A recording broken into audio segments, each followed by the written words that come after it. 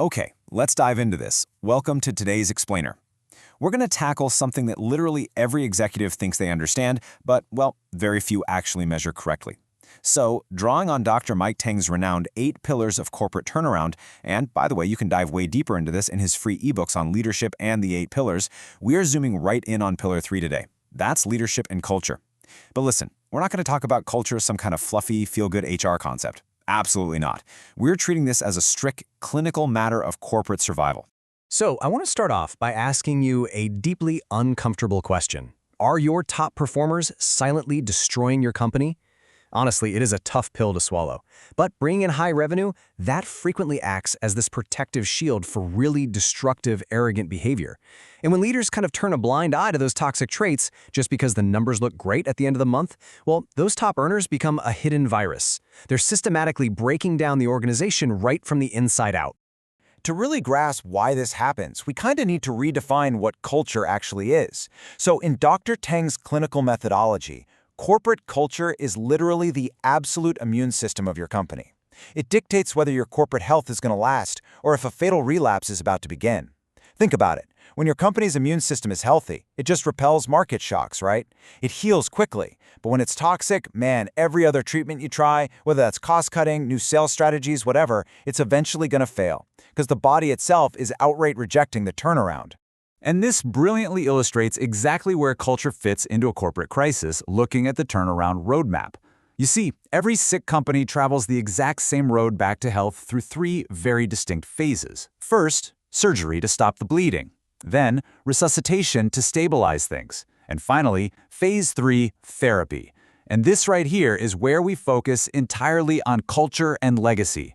Halting a cash bleed, that's just mere survival. Phase 3, therapy, is about completely rehabilitating your corporate immune system into this fast, flexible, and innovative force that is actually capable of building a 100-year organization. But here's the catch. To get to that 100-year mark, we have to confront what we call the invisible divide. On one side of this divide, you've got leadership intent. That's the vision and strategy the CEO truly believes is happening. But on the other side, that's organizational reality. That's what the staff is actually experiencing on the ground every single day. Because, every leader believes their vision is perfectly understood. But the real diagnostic question is whether your people, speaking completely anonymously, actually agree with that. Because when they don't, that's when you start seeing the classic symptoms. We're talking rampant quiet quitting, internal politics totally outranking data, and departments just operating in these rigid little silos. Now, what's really interesting about this is how we actually treat that divide. Because you might be thinking culture is just this superficial buzzword, right? But the truth is, it can be rigorously quantified. Looking at these actual report print screens from the platform, it's wild to see how a leader's focus on, say, long-term innovation might completely clash with a team's day-to-day focus on just merely surviving their operational tasks.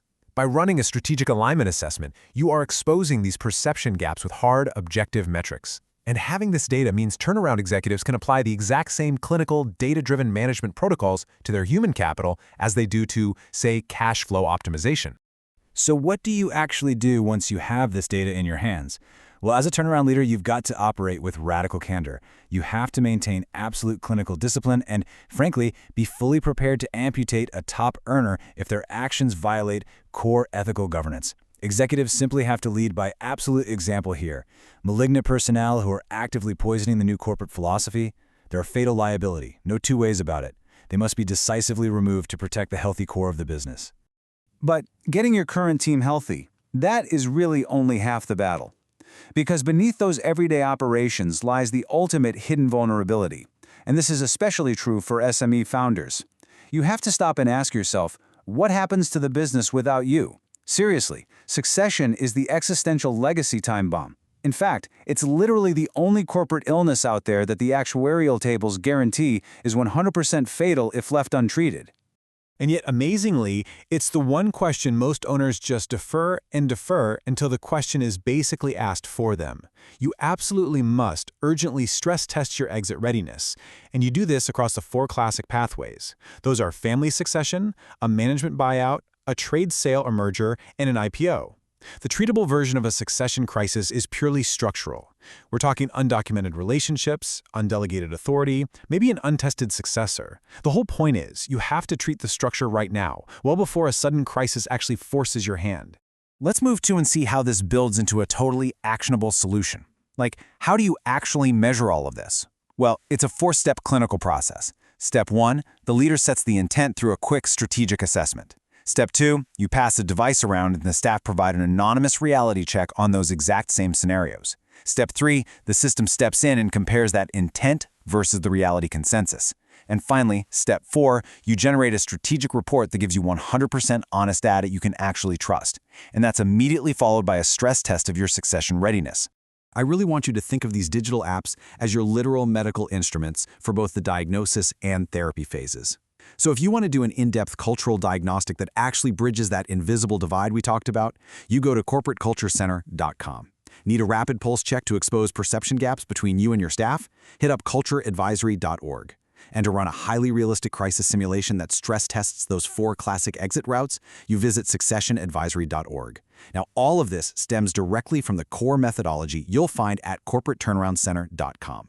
These aren't just little quizzes. They are AI-powered diagnostic powerhouses totally designed to put the tools of elite consultancy directly into your own hands. Which really leaves us with this final critical thought. Will your legacy outlast your tenure? Because a healthy culture and a crystal clear succession plan, that is the absolute bedrock of a company that survives long, long after its founder steps down. So stop deferring the inevitable. Stop trying to manage by looking at lagging historical indicators. Pick up these clinical tools today, diagnose those hidden blind spots, and start building a corporate immune system that is going to secure your company's future for the next 100 years.